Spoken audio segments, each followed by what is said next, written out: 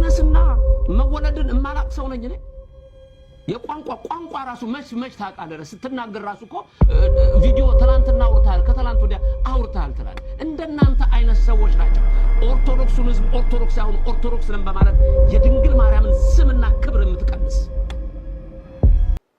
አንተ ኦርቶዶክስ ነኝ ብለህ ድንግል ማርያምን ሊያጋቡ ብለህ በአንደበት ትናገራለህ የእግዚአብሔር መንፈስ ይገስጽህ ገና ለገና መምህር ዘበነን ተከራከርክ ልትባል ነው እዚህ ላይ በየትኛው ቃል ነው የምትከራከረው በየትኛው ቃል ነው ወንጌሉን እንኳን አታውቀው ዮሴፍ ምን ማለት ነው አገልጋይ ነኝና ጋርድ ይገባኛል አገልጋይ ነኝና ክብር ይገባኛል አገልጋይ ነኝና እንዴና እንዲያ የሐሰተኞች ዋና ስለሆነው ስለ ፕሮፌት ሄኖክ ጥቂት መረጃ ልስጣችሁ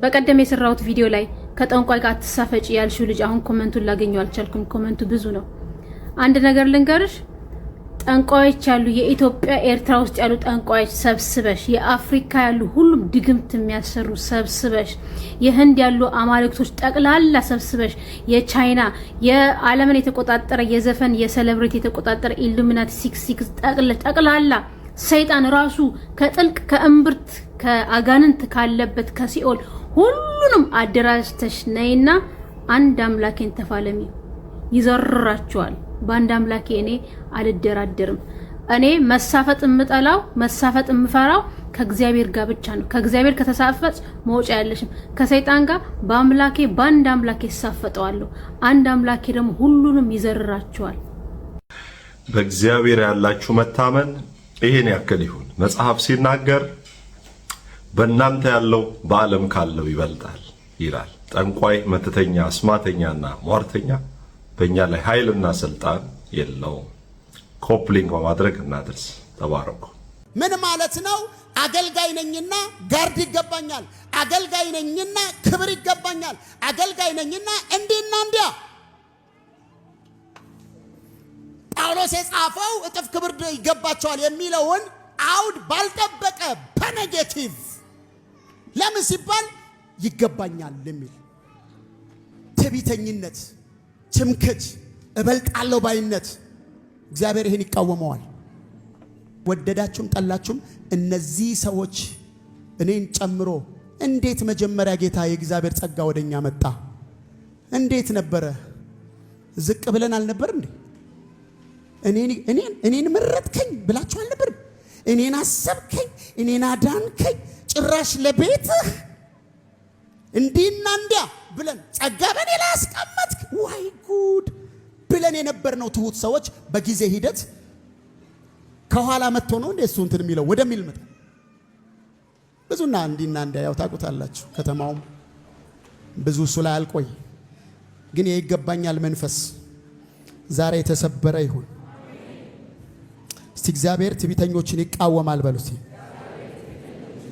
ለትሁታን ጸጋን ይሰጣል በሉ እስቲ። እስኪ አሜን። የሐሰተኞች ዋና ስለሆነው ስለ ፕሮፌት ሄኖክ ጥቂት መረጃ ልስጣችሁ። ከተወሰኑ ወራት በፊት አንድ ቪዲዮ ፖስቶ ነበር። አግብታ እኔ አግብቻለሁ ግን ተለያይተናል። እሺ፣ በጋብቻ ዙሪያ ምንድነው ፕሮግራምህ? በጋብቻ ዙሪያ ትንሽ የሚከብድ ነገር አለ በእነሱ ፋሚሊ በኩል ማለት ነው። አሁን ከፊት ሌላ ስለሱ አይደለም ያለፈውን አላውቅም፣ ያላየሁትን አላየሁትም። ወደፊት አገባን። እሺ፣ በክብር ነው ማገባው። አዎ፣ እኔ አሁን ስላለፈው አያገባኝም፣ ያላሳየኝም። በጣም ክብር ያለበት እግዚአብሔር የሚከብርበት። አሜን። ሰርግ ግን ከፊት አይቻልም። አሜን። ታዲያ በዚህ ቪዲዮ ላይ ብዙዎቻችን ሐሳብ ሰተንበት ነበረ። በሁለታቸው መሃል የነበረው የትንቢትና የተገልጋዩ ምልልስ ብዙዎቻችን ትክክል እንዳልሆነ ኤክስፖዝ እናደርገው ነበረ። ይህ በዚህ ቪዲዮ ላይ ትንቢት የመጣለትም ሰው በሜሴጅ ላይ እንዲህ ብሎ ልኮልኝ ነበረ። ሰላም ወንድሜ፣ እኛ ታርቀን በሰላም እየኖርን ነው። እባክህ ይህንን ቪዲዮ አጥፋልኝ፣ እኔንም ቤተሰቦቼንም እየረበሸን ነው ብሎ ቴክስት ጽፎልኝ ነበረ። እኛ ታርቀን በሰላም እየኖርን ነው። ፕሮፌት ሄኖክ ተብዬው ወይም ሐሰተኛው ነቢይ ደግሞ ምን ብሎ ነው የተነበየው? በክብር ነው ማገባው። አዎ፣ ስላለፈው አያገባኝም፣ ያላሳየኝም። በጣም ክብር ያለበት እግዚአብሔር የሚከብርበት። አሜን። ሰርግ ግን ከፊት አይቻልም። አሜን። በአዲስ ክብር እግዚአብሔርን የሚያከብር ትዳር ሲሰጥ አየው እያለ ሲተነብይለን ነበረ። ይህ ልጅ ደግሞ መጥቶ በሜሴጅ ምንድነው የጻፈልኝ? እኛ ታርቀናል፣ አዲስም ትዳር የለም፣ እራሱ ታድሶ አብረን እየኖርን ነው ብሎ ጻፈልኝ። ታዲያ ይሄ ልጅ ይህንን ቪዲዮ አጥፋልኝ ብሎ ሲለኝ የቱን ብዬ ጠይቄው ነበር። ስለ ትዳር የተነበየውን ቪዲዮ ማግኘት ከፈለጋችሁ 37ኛ የቪዲዮ ፖስት ላይ ታገኛላችሁና የቱን ብዬ ስጠይቀው ስለ ትዳር የተነበየውን ብሎ መልሶልኝ ነበረ። ታዲያ እኔም ስለ ትዳር የተነበየው ስህተት ከሆነ ታዲያ ወጥተህ ኤክስፖዝ አድርገው፣ ትክክለኛ ትንቢት እንዳልሆነ እናንተም እንደታረቃችሁ ወጥተህ ተናገር። አለስ አዘርዋይስ ግን አላጠፋም። እንደውም ከጻፍክልኝ ሜሴጅ ጋራ አንድ ላይ ለጥፍላሉ ቪዲዮ ሰራበታሉ ትክክል እንዳልሆነ ብዬው ነበረ። ከተወሰኑ ቀናት በኋላ የጻፈው ሜሴጅ አንስቶት ነበረና እናንተ እንግዲህ ነብይ ነው እውነተኛ የጌታ ሰው ነው እያለ የሚያወራው እንደዚህ በትዳር መሃል እንኳን ታክል እየገባ የሰው ትዳር የሚበጠብጥ አክቹአሊ ነገሩ ድራማ ይመስላል፣ ግን ቢሆንም እንደዚህ በሰው ትዳር መሃል እየገቡ ሲበጠብጡና የሰው ትዳር ሲያምሱ እንደሚኖሩ በዚህ ቪዲዮ መረዳት ትችላላችሁ። ሀሳብ አስተያየታችሁን ኮሜንት ላይ መስጠት ትችላላችሁ። ብዙ ጭንብላቸውን የምናወልቃቸው ግለሰቦች ይኖራሉ። አንድ ጥያቄ ነበረኝ ባለፈው በሰሩት ላይ ቪዲዮ ላይ ማለት ነው እና ዮሴፍ ድንግል ማርያም መጸነሷን ያወቀው ኢየሱስ ክርስቶስ ሲወለድ ነው የሚባል ነገር አለ። አይ አይደለም። ምንድን ነው እሱ? እሱማ መወለዱን ያወቀው መጸነሱንማ ቀድሞ ነው ያወቀው። አይ እርስዎ ግን ያሉት መጸነሱን አያውቅም ነበር የሚባል ነገር ነበር ያስተማሩት። አምላክ መሆኑን ሊሆን ይችላል። ዮሴፍ አምላክ መሆኑን ያንን አያውቅም። ከመንፈስ ቅዱስም መጽነሷን ያወቀው በኋላ ላይ ነው። እሷ እንዴት ከመንፈስ ቅዱስ መጸነሷን በኋላ ላይ ብቻ? ምክንያቱም በህልም ታይቶት ተነግሮት የለ እንዴ? ስቲቨን ሰሞኑን በህልም የታየው ከጸነሰች በኋላ እኮ ነው ጌታዬ እኮ የተነገረው። ወንጌሉን ተመልከተው። ከጸነሰች በኋላ ነው ዮሴፍ ያወቀው መጽነሷን ራሱ እኮ። እርሶ ያሉት እኮ ሲወለድ ነው ያሉት። ሲወለድ መወለዱን ነው የሚያውቀው። ይሄው እየነገርኩ እኮ ነው አሁን። መጸነሷን የዛን ጊዜ ካሉት መጸነሱን ያወቀችው እንደገና ትምህርቱን ወደኋላ መለስ ብለን እንድትሰማው ጋብዛለሁ። ዮሴፍ ያወቀው ጓደኛው ፈላስፋ አለ። መጽነሷን አያውቅም ነበር። እሱ መጥቶ ተመልክቶ ጸንሳለች ብሎ ጠይቆት ከዛ በኋላ ያቅም ከዛ በኋላ ዮሴፍ ጠየቃት እሷም ነገረችው ታሪኩ እንደዚህ ነው ጌታዬ ሲወለድ ደግሞ ያወቀው ጌታ ሲወለድ ያወቀው አንድ ነገር ነው ምንድነው ያወቀው እሱ አምላክነቱን ያወቀው እሷም የአምላክ እናት መሆኗን ያወቀው ሲወለድ ነው ይሄም ደግሞ 5 ምክንያቶችን አይቶ ነው እነዛ 5 ምክንያቶች ከድንግል ማርያም የተወለደው አምላክ ትንቢት የተነገረለት ሱባኤ የተቆጠረለት መሆኑን በዛ ተረድቷል ከዛ በፊት አምላክ መሆኑን አያውቅም ያኔ ነው የተረዳው መላእክት ሲመጡ ሰባ ሰገል መተው ሲሰግዱ እረኞቹ መተው ሲያመሰግኑ ስርቀተ ከዋክብትን አይቶ ምጽአተ ሰባ ሰገልን አይቶ ስባሄ መላእክትን አይቶ በዚህ ምክንያት እመቤታችን የአምላክ እናት መሆኗን አውቋል እንጂ ከዛ በፊት አላወቀም እንደሱ መልአኩ የነገረውን ታዲያ መተው አለብን ማለት ነው መልአኩ እኮ ነግሮታል ከጸነሰች በኋላ ነው የነገረው መልአኩ ታዲያ ከተወለደ ወደዛ ነው ያወቀው ለምን ነው ታዲያ ከሲወለድ አምላክነቱን ያወቀው እየሰማኸኝ ነው ያለው ወንድምዬ አንዴ ልንገር እሺ መጽነሷን ያወቀው ከጸነሰች በኋላ ነው ጓደኛው ይነግረዋል ይሄ መጽሐፍ ቅዱስ ታሪክ ላይ የለም በመጽሐፍ ቅዱስ ታሪክ ስንሄድ ከዛ በኋላ መጽነሷን አይቶ ወደ ህዝብ ቆጠራው ይዟት ላይ ወጣ ዝም አለ ከዛ በኋላ መልአኩ ጓደኛው እንዴት ሊነግረው ይችላል አብረው አይደል እንደ ያሉት አብረው ቢኖሩ በምን ያውቃል ከመንፈስ ቅዱስ እኮ ነው የጸነሰችው እንዴ ታዲያ መንፈስ ቅዱስ ነገረው አይደል እንዴ መልአኩ ነገረው አይደል ከጸነሰች በኋላ ነው የነገረው መጽሐፍ ቅዱስ አታውቅም እንዴ እኮ ጸነሰለች መጽሐፍ ቅዱስ ለምን አትመለከትም የምነግርህን ስለምን አትሰማም ጌታዬ እሺ ማቴዎስን ለምን አውጥተህ አነብልኝ ማቴዎስ ምን ይላል ማቴዎስ ንገረኝ እስቲ የምንመራው በመጽሐፍ ቅዱስ ነው መመራት ያለብን ወይስ ደግሞ ወደ ሌላ አትሂድ ጌታዬ to the point ወደ ወንጌሉና ንገረኝ ዮሴፍ መቼ ነው ስማኝ እንጂ ዮሴፍ መቼ ነው ያወቀው እመቤታችን መጽነሷን ንገረኝ ከተጸነሰች ረዛ በህልም ተገልጦ ነግሮታል መቼ ድንግል ማርያምን ከጸነች ወደዛ እኮ ታዲያ እንደሱ ነው የሚያልኩ እኮ ሌላ ምን አልኩ እንዴ እርሶ እኮ ያሉት ከሰባ ሰገል ሊሰግዱለት አምላክነቱን ያወቀው ያኔ መጽነሷን አይደለም ስትወልድማ ወለደች መጽነሷን እንዴት ያውቃል ስትወልድ ነው እንዴ መጽነሱ ያወቀው እንደ ጸነሰችም አያውቅም ነበር እኮ ነው ትምህርቶት ላይ ከመላእኩ ካበሰራት በኋላ ነው የሚያውቀው መጀመሪያ አያውቅም መጽነሷን አይደለም ያወቁት መጸነሷን ያወቀው ስትወልድ ነው እኔ እኮ ነኝ አሁን እየነገርኩ ያለሁት ለምን አትሰማኝም እኔ እኮ ነኝ የምነግርህ ያኛው የሰማኸውን መምህር ዘበነተውና እሱ ወደ ኋላ ተመለሰ ስማው ምን እንዳልኩ አሁን እየነገርኩ ያለሁት እኔ መምህር ዘበነ ነኝ አይደለም ስተት ከሆነ ስተት ነው እንድትሉ ነው የምን ስተት እርሶ ያሉት ማለት ነው ዮሴፍ እንደጸነሰች ራሱ ነገርኩ አሁን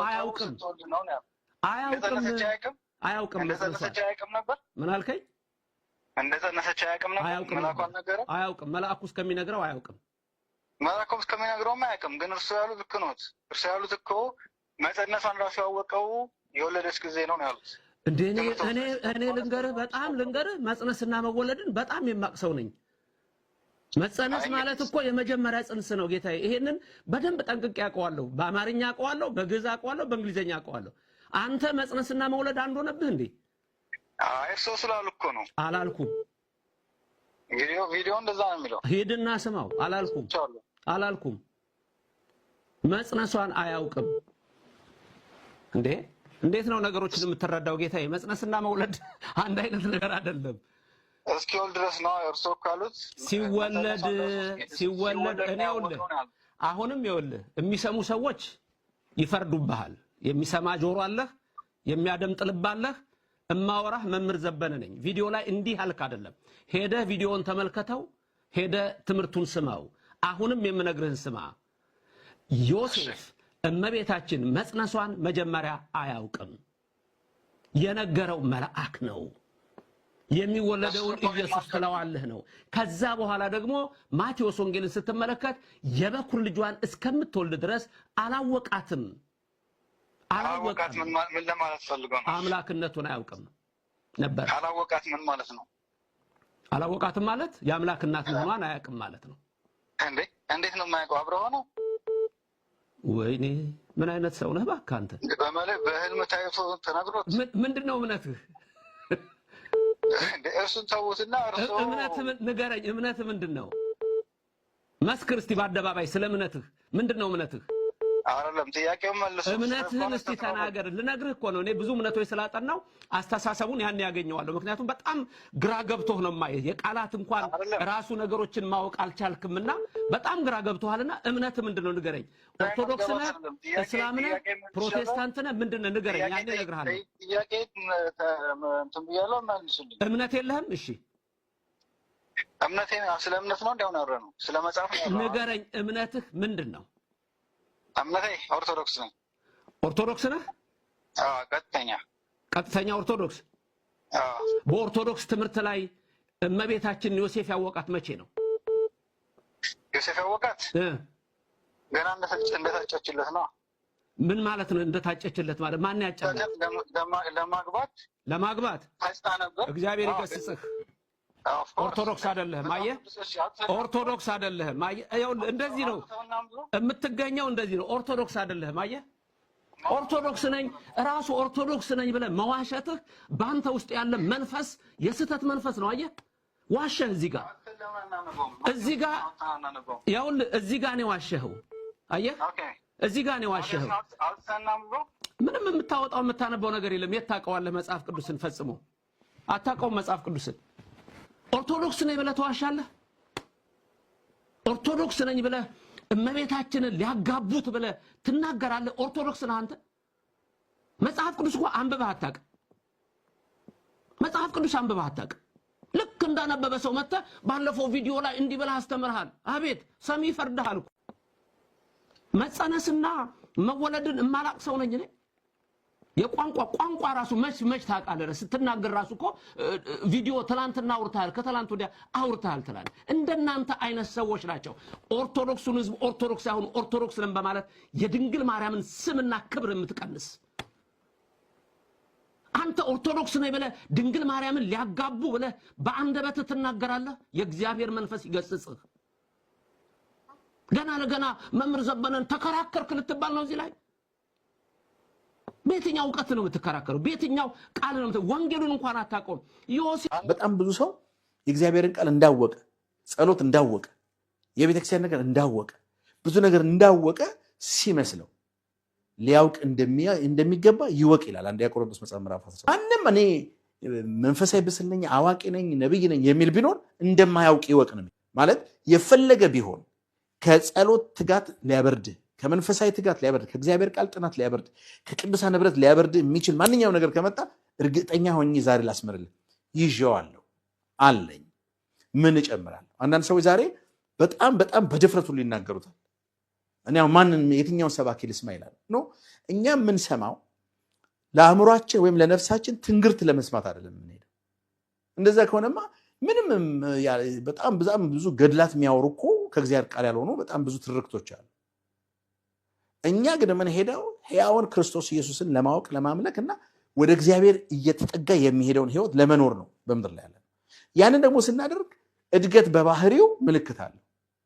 አየህ አንድ ነፃ ነው የምትልበት ምልክቶች አሉ። ምሳሌ 7ም ይሄንን ያስቀምጥልናል። ምልክቶችን ያሳየናል። ልጅ በሚያሳያቸው ሳይኖች ይታወቃል ልጅ ነው ይባላል። አለበዛ ደግሞ ልጅ አይደለም ትለዋለህ። እድሜ አይደለም የሚሰፈርለት፣ የሚያሳያቸው ባህሪያት ናቸው፣ ግልጥ ያሉ ናቸው። ሐዋርያ ጳውሎስ በክርስቶስ ኢየሱስ ከፍ ያለውን የእግዚአብሔርን መጥራት ዋጋ እንዳገኝ ምልክትን እያየው ፈጥናለሁ። ጌታ ሆይ እርዳኝ፣ እንደ ልጅነቴ መጸለይ ያቆምኩት እኔን እርዳኝ።